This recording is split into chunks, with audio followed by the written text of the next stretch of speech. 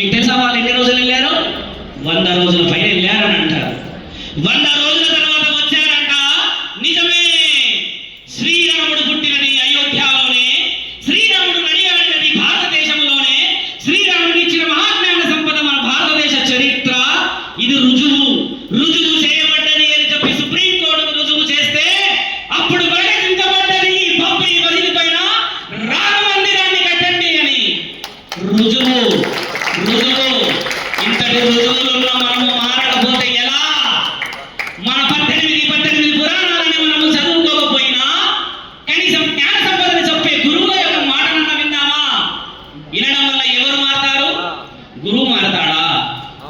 సమాజం శ్రేయస్సు, సౌభాగ్యతత్వం, పిల్లల భవిష్యత్తు. జై శ్రీరామ్ అంటే సరిపోదు. మన మాట, మన నడవడిక, మన యొక్క రీతి వైనము చూడగానే చెప్పాలా వీళ్ళు భారతీయులంట అని. మీకు తెలుసా? వేరే వాడెవడో కోసం ఎంక్వైరీలో ఉన్నాను నేను. రేపు ఎల్లుండో మళ్ళీ సంఘంలోకి వస్తాను. ఏనుగుని మత మార్పిడి చేశాడంట వాడు మహానుభావుడు. ఏనుగుని కూర్చోబెట్టి మత మార్పిడి చేశాడంట. మనం మనుషులు చేయలేకపోతున్నాం. మన మనసుని కదిలించలేకపోతున్నాము. 1000 కిలోలున్న ఏనుగుని ఆయన మార్చుకుంటున్నాడు మతం మార్పిడితో. నిజమా కాదా? మరి మూగ జీవాలని మారుస్తున్న వాళ్ళు మన మనసులు మనం ఒకరి కాలేమా? అవుతామా? జై శ్రీరామ్, జై శ్రీరామ్. కింద గోవులన్నీ పారిపోవాలి. ఒకసారి అలా అనాలి మనం. జై శ్రీరామ్, జై శ్రీరామ్, జై శ్రీరామ్, జై శ్రీరామ్. నాతో పాటు అనవలేను. కాలహర, కాలహర, దరిద్రహర, దుఃఖహర, దుఃఖహర. చాలా గట్టిగా రావాలి. దుఃఖహర, దుఃఖహర, సంకలహర, కష్టహర, హర, హర. హర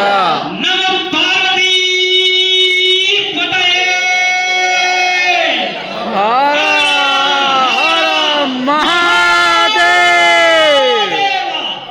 గట్టిగా అనవలేను. మహాదేవ, మహాదేవ, శంభో శంకర.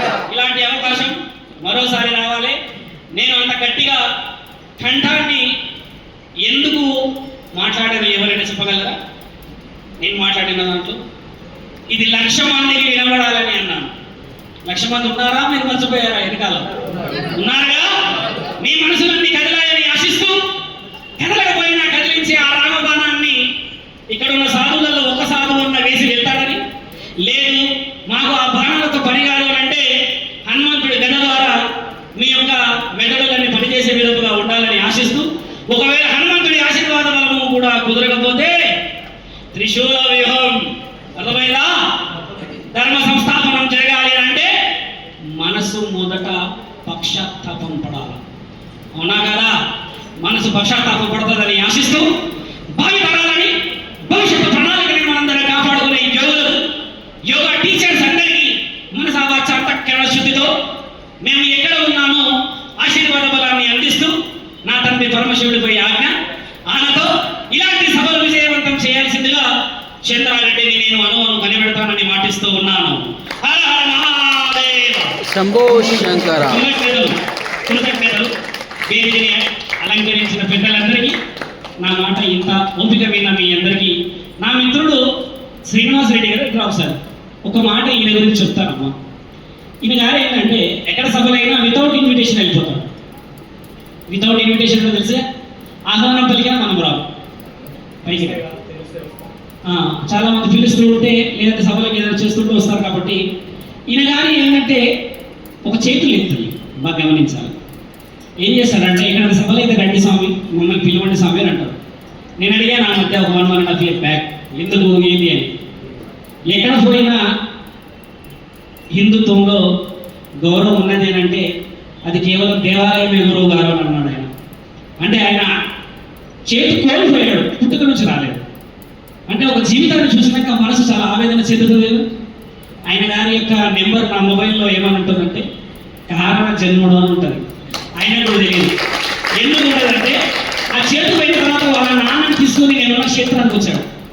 వచ్చి అన్నాడు, ఏదైనా అవకాశం ఇవ్వండి గురువు గారు, నేను గుడిలోనే సేవ చేసుకుంటాను అంటే మొదట కొన్ని ప్రణాళికలు కేదార్నాథ క్షేత్రం కొట్టబోతున్నాను నేను భాగ్యనగరంలో. నేను ఖచ్చితంగా నా వెనకాలే పెట్టుకొని లేదా ధర్మ కార్యక్రమాలకి మిమ్మల్ని ఉపయోగించుకుంటాను అన్నప్పుడు ఈయన చేసేది ఒకటే. మొదట 7:30కు 8 గంటలకు వచ్చాడు ఇక్కడికి. వచ్చి ఫోన్ చేసి అప్డేట్ ఇస్తాడు. ఈయనకు అవసరమే లేదు. అలా ఎన్ని సభలకు వెళ్తాడంటే ఈయన అక్కడెక్కడో జైరాబాద్లో వేస్తుందంటే ఇక డైరెక్ట్ ఇక్కడ నుంచి జైరాబాద్కే పోతాడు. అంటే మరి ఇలాంటి వ్యక్తిని ధర్మసభలకి ఆ పరమాత్ముడి యొక్క ఆశీర్వాద బలం ఉన్న వ్యక్తిని కారణ జన్ముడు అని నేను అనడంలో తప్పులేదు కదా. కాబట్టి ప్రసారకర్త ఈయన గారు. ఇకపైన ప్రసారంలో ఈయన గారి గురించి ఎందుకు చెప్తున్నానంటే మనలో ఇంకా ఎన్నో ఐక్యతలు రావాలన్న ఉద్దేశం మాత్రమే. వెళ్ళి కూర్చోండి.